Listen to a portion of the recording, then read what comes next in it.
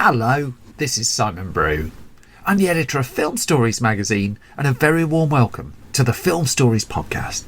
I'm delighted for this intro to invite Peter Capaldi along, just to share his views on how I am at hosting a podcast. I mean, you are a real boring. Come with me. And I show you how deep the rabbit hole goes. And movies that had stories. That the story just sucks them in. This is just the beginning. Stories. We would be honored if you would join us. Hello, and a very warm welcome to Film Stories with Simon Brew. I am Simon Brew, as always. There's absolutely everything you need to know about me. The podcast, though, well, it's given away by the title. I'm here to talk of the stories of films, and I tend to talk about development stories, production stories, marketing stories, release stories, all the ingredients, really, that go towards making the films that we know and sometimes love. Just that, the films that we know and sometimes love. The films I tend to cover on this podcast, they lean more towards the mainstream than anything else. They're films I'm interested in or invested in to some degree. I try not to do snark. I try not to punch down. This podcast is a celebration of cinema and a real appreciation, really, that somehow, for all the difficulties, movies get made. So I want to move on to a British film that I absolutely adore. Absolutely adore this film. Going to play you a clip from the movie first, again with no swear words, and I'll come to the story the other side of this. He did not say unforeseeable. You may have heard him say that, but he did not say that, and that is a fact. I apologise for Malcolm. Don't apologise for me. Apologise for yourself. Is war unforeseeable, Minister? To walk the road of peace, sometimes we need to be ready to climb the mountain of conflict. Climb the mountain of conflict. You're talking about Nazi Julie Andrews. The PM wants you to go to Washington. Talk to as few people as possible. That'll be best for you. I'm gonna blow to Cade. I feel like we should have hookers, do you know what I mean? Yeah. You want girls? No, absolutely not. Who's Simon Foster? He said war was unforeseeable, and I think he could be very useful on the war committee. You're gonna use him as a little meat puppet. You might be a scary little poodle back in London, but here you're nothing. What is going on? You're like the woman from The Omen. You've given birth to a demon, and now it's gonna kill you. This will be the vote to commence military intervention. That then is a clip from 2009's comedy In the Loop, directed by Armando Iannucci. Screenplay credited to Jesse Armstrong, Simon Blackwell, Armando Iannucci and Tony Roach, and based on the TV series The Thick of It. A cast here led by Peter Capaldi as the potty-mouthed Malcolm Tucker, alongside Tom Hollander, Gina McKee in there, Chris Addison, James Gandolfini, Anna Klumsky and Zach Woods, amongst a very extensive ensemble. Now, my confession here is, before I saw In the Loop, when it came out in 2009, I hadn't actually seen the TV series that it was based on, The Thick of It. The Thick of It is a terrific satirical television show, comedy, half-hour episodes on the whole, that introduced the character of Malcolm Tucker, the foul-mouthed government advisor, spin doctor. And, I mean, I quickly remedied it afterwards, but I went in absolutely blasted away by some top-grade fifth Dan swearing. Armando Iannucci had an extensive background in comedy to this point. I mean, you go to the very roots of Alan Partridge back on Radio 4, and there's Armando Iannucci's name in the thick of it, no pun intended. He hadn't actually directed a feature film by the time he came here. And so he kind of opted to make In the Loop his directorial debut. But as he admitted to Filmmaker magazine, that really wasn't always the plan, because he said, I had absolutely no intention of doing a film of it. But he did say, I've always wanted to do a funny film. He said he wanted to do something fast and sparky, like a screwball comedy. And he says, I've been attached to various projects, but I wanted to wait until I found the right story. And that's when I read more and more about the stupid sort of office politics that went on in the lead up to the Iraq War. Now, this was the second Iraq War that began in 2003. And when Iannucci discovered some of the things that led up to it, he did say that's the story. And so he kind of reconciled, again, as he told Filmmaker magazine, I've got the model here of how the thick of it works, so why don't we take that, but not have the same government minister and staff, because this is international and the thick of it's a more domestic story. He knew that the war story could bring together UK and US governments and explore the so-called special relationship between the pair. At the point this was being put together, I mean, Tony Blair and George W. Bush had really come together quite strongly in the build-up to and the aftermath of the Iraq War. And even though Blair was no longer the Prime Minister at the point In the Loop came out, his shadow really is partly over the movie. That Iannucci too knew that he would need a UK and a US cast, and it would also give him a chance to basically start over with one exception, that he carried one character over from the TV show to the big screen, and that would be Malcolm Tucker, as played by Peter Capaldi. Now, the half-hour episode format that they'd been working to for several years of the thick of it, that had clear boundaries for Iannucci. I mean, he's talked quite interestingly about how much you have to get through in the first 5 minutes of a half-hour TV episode because you've just got to set so much up in such a short space of time. And so by this point in 2007, they'd done a couple of hour-long special episodes of the thick of it, and so he'd seen the potential in expanding this over a longer running time. And so this was it. They kind of saw the potential of what was possible. Very early on, Iannucci set himself an upper limit of 105-minute running time. It couldn't go for longer than 1 hour 45. He, like many of us, was fed up sitting through comedies that went well past the 2-hour mark and really had run out of steam. But he brought together the key writing team that brought the thick of it to life. That would be Jesse Armstrong, now known for Succession, Simon Blackwell and Tony Roach, as well as himself. And they knew between them the machinations of the UK government system quite well, but they threw themselves into researching how the George W. Bush administration in the US had been, including characters such as Dick Cheney and Condoleezza Rice. And again, as they told filmmakers, just as part of the research is to get the authenticity right just in the detail. And what they uncovered here was that, quote, a lot of Washington is run by 23-year-olds. They do spend a lot of time hanging around more senior people's offices in the hope of being spotted, which means they do all their work at night. And then there's that thing about if you leave the meeting, you leave the power, so you must never leave the meeting. There were lots of little comedy beats that they were identifying in the midst of this. They were throwing out stories that they considered too silly, but then some of the stuff they considered too silly, they then discovered further down the track that that's the stuff that would actually happen. Now, Jesse Armstrong would go a bit more into the process in an interview with Clash, and he just said it's exactly the same format as used in the thick of it, that Armando holds it together in the middle. Simon Blackwell, Tony Roach and I meet him, then come up with the storyline. Us three go away and do the storyline, then send it to Armando to be okayed and do the initial drafts. Then Ian Martin does additional material and rewrites it as well. And so it's basically a 5-man team at the heart of the thick of it. And then in terms of the writing of In the Loop, that was mirrored exactly there as well. A 5-man team once again. Armstrong added that it's a 5-man team that's broken down into, quote, different compartments. And so he said it never feels unwieldy. And then he explained the next part of the process. He said, once we had the storyline mapped out with Armando, each of us took an act each, if you think of it as a 3-act movie. And so Armstrong took the first act, that it would be Simon Blackwell took the second, Tony Roach did the third. Then they brought them all together, looked at them all, they got their notes off Armando Iannucci, then they all did a rewrite, and then they passed the acts around so that everybody could interrogate the other person's work. And again, Jesse Armstrong, he said, it's not like one person does the plot, one does the jokes and one does the politics, but he did say we all have our different strengths.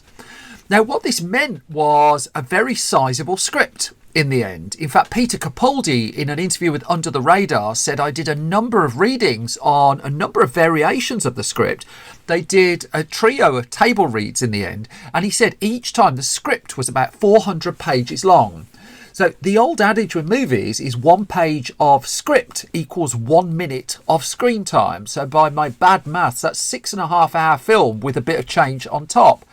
Capaldi would say it was a really good script and it wasn't necessarily the movie that we ended up with or the story that we ended up with, but he argued it was in there somewhere. And then eventually they settled on one story in amongst those 400 pages, and we began to pursue that.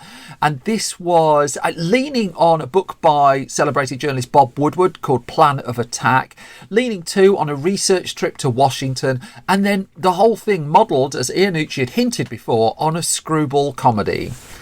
This came together in the end then relatively quickly, that BBC Films was involved. The UK Film Council, before it was disbanded, was putting in some money. Optimum Releasing in the UK was going to put the film out. Optimum Releasing is no longer with us. I think the rights to this have now gone on to Studio Canal instead. But for the purposes of this, it was looking at a cinema release. In fact, that's clearly what they made it for. That Peter Capaldi came back in very early. Chris Addison, also one of the stars of the thick of it, but in a different role, he was on board early as well. And then the cast was fleshed out. Steve Coogan would take a role. Tom Hollander was announced in May of 2008. James Gandolfini was also announced in May 2008, and quite a coup to get Tony Soprano in the movie. Now, Gandolfini hadn't worked with this team before either, and so his process was slightly different. He went off to the Pentagon for a couple of days. He also went apparently to get his hair cut alongside 4-star generals and was just relaying back some of the stories. Armando Iannucci's directorial process, meanwhile, was not for rehearsals. That, as Peter Capaldi would say to Under the Radar, we did some workshops in New York with James Gandolfini and the rest of the American cast. So we sort of played the scenes, but not written. And as Capaldi would say, James is playing the general, you're playing Malcolm. Now you're going to argue about this, whatever this might be. And so it was workshopping material that way, rather than specifically rehearsing the film. This was more of a culture shock to the American actors. I mean, in particular, two who work quite closely together are Anna Chlumsky and Zach Woods. And Chlumsky's admitted that it took her a day to get into this, that this wasn't the way she'd done a film before. And then she sort of realised, well, what she has to do is top whatever Zach Woods was doing, and then it can start to work. The start of production was in May 2008, and as producer Kevin Loder said to Variety at the start of production announcement, we hope that In the Loop will make you cry with laughter and possibly fear as it takes you behind the scenes in the heart of the global political village. Iannucci, behind the camera, decided to shoot the film in a slightly different way to the way The Thick of It had been shot. Now, The Thick of It TV show had relied on a shaky cam documentary style, and Iannucci figured you can get away with that for half an hour on a smaller screen, but he had concerns about how that would look for 90 minutes on a cinema screen. And so he changed the technique a little bit. He didn't want it to go too glossy, but they used tools such as zoom and more traditional techniques really for the shooting of the movie. They kept the camera slightly steadier. Iannucci was insistent though that he still wanted the whole thing to feel a little bit messy and a little bit unfinished. He wanted to resist the urge to go too glossy, and if there's one word that came through in all the interviews that I've read that Iannucci did around the release of the film, it was fluidity. It was keeping the story, keeping the material fluid. Now, to make that happen, he kind of figured he needed to get instinctive, almost sometimes improvisational words out of his actors. And what he didn't want to do is the traditional film thing of someone does something brilliant just off the cuff, and then you have to set it all up again from a different angle with a different camera and shoot it twice, and you lose a little bit spark the second time. And so what he did was he shot the film with two cameras. And so always throughout, wherever the actors wanted to go, two cameras were on them. They would get slightly different direction off Iannucci, but fundamentally the actors got to a point where they knew that if they had a spark in their head or something, they could go with it and two cameras would capture it. They didn't have to worry about going back and doing it again. And so, I mean, as he explained, what we do have is these two cameras at all times because I want the actors to feel they can wander anywhere. He also said there are no marks on the floor, and he said that actually then dictates the style, and because we keep moving, it just allows you to cut in the edit. And the style of the film he was making meant you could do a fairly abrupt jump cut. That wasn't going to be a problem. They pretty much knew that. Even so, as much as there's a lot of improvisation and space for improvisation on the set, it was crucial that they shot the script first. And so the process throughout was you shoot the written word and make sure you've got that captured, and then you can take another look at it, and then you go back in and throw a few more things in, including just fresh bits and bobs really for the actors to react and respond against, and you just kind of see what you get. Now, for Iannucci, he did admit that the challenge with jumping to a feature for him was, quote, keeping the whole story in my head, keeping the rhythm, the pace at which the story was told as new elements and new characters were introduced into it. This was really his first directorial outing at such a length, really. And so that was the kind of thing he was trying to keep on top of. Amongst the locations of the film, I mean, the film primarily shot in the UK. It wasn't the longest of shoots, but there was a little bit of work done in Washington, but most of it is done in Britain. But a little bit of it as well is actually shot at 10 Downing Street. And they kind of figured they weren't going to get permission to do this. But they wrote a letter asking anyway, and because of timing and just because of the popularity of the thick of it in the corridors of power, they just got a note back saying, yeah, all right. So the governing party in the UK at that point was the Labour Party. They were having their party conference in Blackpool at the point the thick of it was shooting. And so they were able to go into Downing Street, and the people in the corridors of power it sounded like they were a little bit starstruck at seeing Malcolm Tucker, a character based loosely on government spin doctor Alistair Campbell at the time. Well, he was there in Downing Street, and it was kind of a little bit of a wow moment, really, that they talked. I mean, the cast and crew talked about how the people in Downing Street were taking pictures of Malcolm Tucker. Malcolm Tucker, more to the point, in Downing Street himself.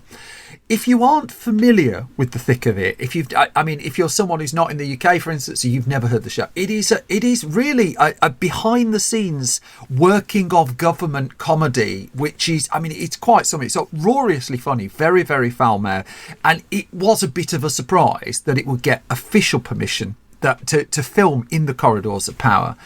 Peter Capaldi actually talked too about the process of making the film to the website i4Film, and he talked about how I think we were all learning about it as we went. I don't think any of us had done that sort of improvisation before, and after every take they were encouraged to respond to what they heard. And he said also sometimes it's far funnier on screen seeing someone just go what than seeing them come back with a really funny line. Still, by the time production wrapped up a few weeks after it began, Iannucci's 2 cameras had captured a fair amount of material that he could wade through in the edit to give himself a whole chunk of options. I mean, inevitably there were some things and some rules that it was built around. I mean, Iannucci talked about how in the thick of it they deliberately never show the Prime Minister, for instance. And so in The Loop they never wanted to show the President of the US, and he wanted to keep it real and believable and show the people doing the day-to-day stuff and make sure the focus is on there. And so, when you do something like a motorcade, you have the day-to-day people in there who get excited about going in a motorcade. In fact, he did tell one story about when we were filming the motorcade in the film, and he said this to i4Film, we were using Dick Cheney's Outriders and we kept stopping at traffic lights then going again, and Iannucci was thinking, I have to get a shot where that didn't happen. And he described how the guy came over and just said, for one shot, do you want them to put their bells and sirens on so you could just go straight through the traffic lights? And that's what they did. And Iannucci was taken with moments like that, but he also said, I kept thinking we mustn't get carried away because that's exactly what happened to the characters.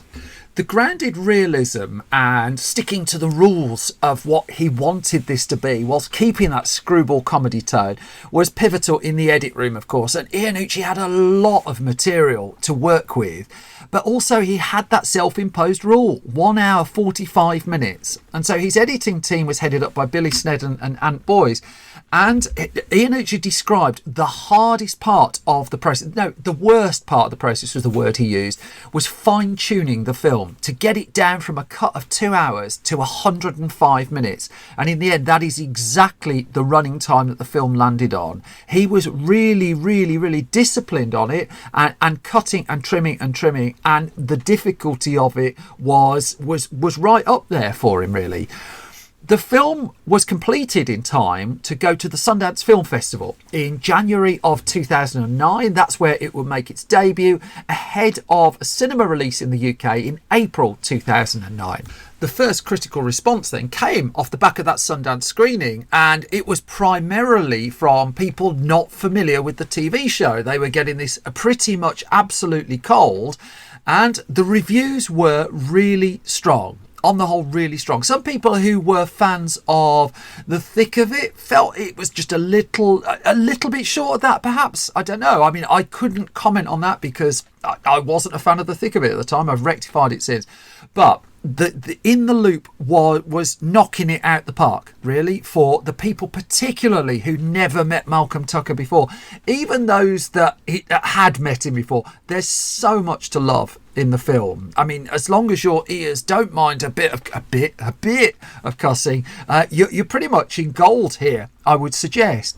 So when it arrived in UK cinemas, the reviews were similarly strong. In fact, it got some absolute flat-out raves. It cost around £600,000 to make the film, and the release of it went well. I mean, it did okay in the UK. It also did okay in the US as well. I mean, it didn't get a huge release over there, but IFC Films put it out on limited release, and it picked up a couple of million in the US. By the time it had completed its theatrical run, it's hard to do my usual box office comparison on a film like this. It made $7-8 million worldwide, and so it had made profit and it had got strong reviews. And then, just to ice the cake, in the midst of it all, it got an Oscar nomination as well. That at the Academy Award, the 82nd Academy Awards, and if you just want me to contextualise that was the one where The Hurt Locker won, where Avatar was knocking up tons and tons of nominations as well. There you had In the Loop screenplay in the Best Adapted Screenplay category, ultimately won by Jeffrey Fletcher for Precious, based on the novel Push by Sapphire. But going up against District 9 and Education and Up in the Air was In the Loop. And I remember following Chris Addison's Twitter feed at the time at the kind of surreal moment where there he was on the screen at the Oscars when they played a little bit of a clip from the film. The character of Malcolm Tucker was revisited with further TV episodes of The Thick of It, but not kind of like the version and the world that we saw in The Loop. Instead, Armando Iannucci decided to go in slightly different directions when it came to his further film directing career. He would tackle the death of Stalin in 2017 and the personal history of David Copperfield in 2019. But as a calling card for people who didn't know his work, who were meeting him for the first time, In the Loop #1 was just one hell of a film. It's still one hell of a comedy film. And also, I mean, beyond that, really, it led to his work, indirectly, directly, it's up to you, really, his work in the US, not least the hugely successful political comedy series VP, which HBO picked up and ran from 2012. Still, if you've not had the pleasure, dig out In the Loop. It is available on streaming services. It is terrific. And, I mean, provided the people around you have the ears that can cope with it, you're going to be quoting it for an awful long time. Exactly your purview. And that brings me to the end of this latest episode of Film Stories. As always, thank you so much for listening and thank you for your time. If I've not bored you completely, you can find more from me on Twitter at Simon Brew. You can find more from the entire Film Stories project at Film Stories. We're on Facebook, facebook.com/Film Stories Online. You can find us on YouTube, where we're putting some of these podcasts and some of our reviews as well at youtube.com/Film Stories. Our website is filmstories.co.uk, where you can find news, reviews, features across film, TV and gaming. And if you go to store.filmstories.co.uk, that's where you'll find all of our print magazines for sale that I told you about in the middle of this episode. But I think I've waffled on long enough. I've got a whole host of specials I'm putting together for you, which you'll find out about soon. Main thing, as always, you all take care. You all look after yourselves. I will be back soon with another bunch of Film Stories. Thank you so much for listening. Bye-bye.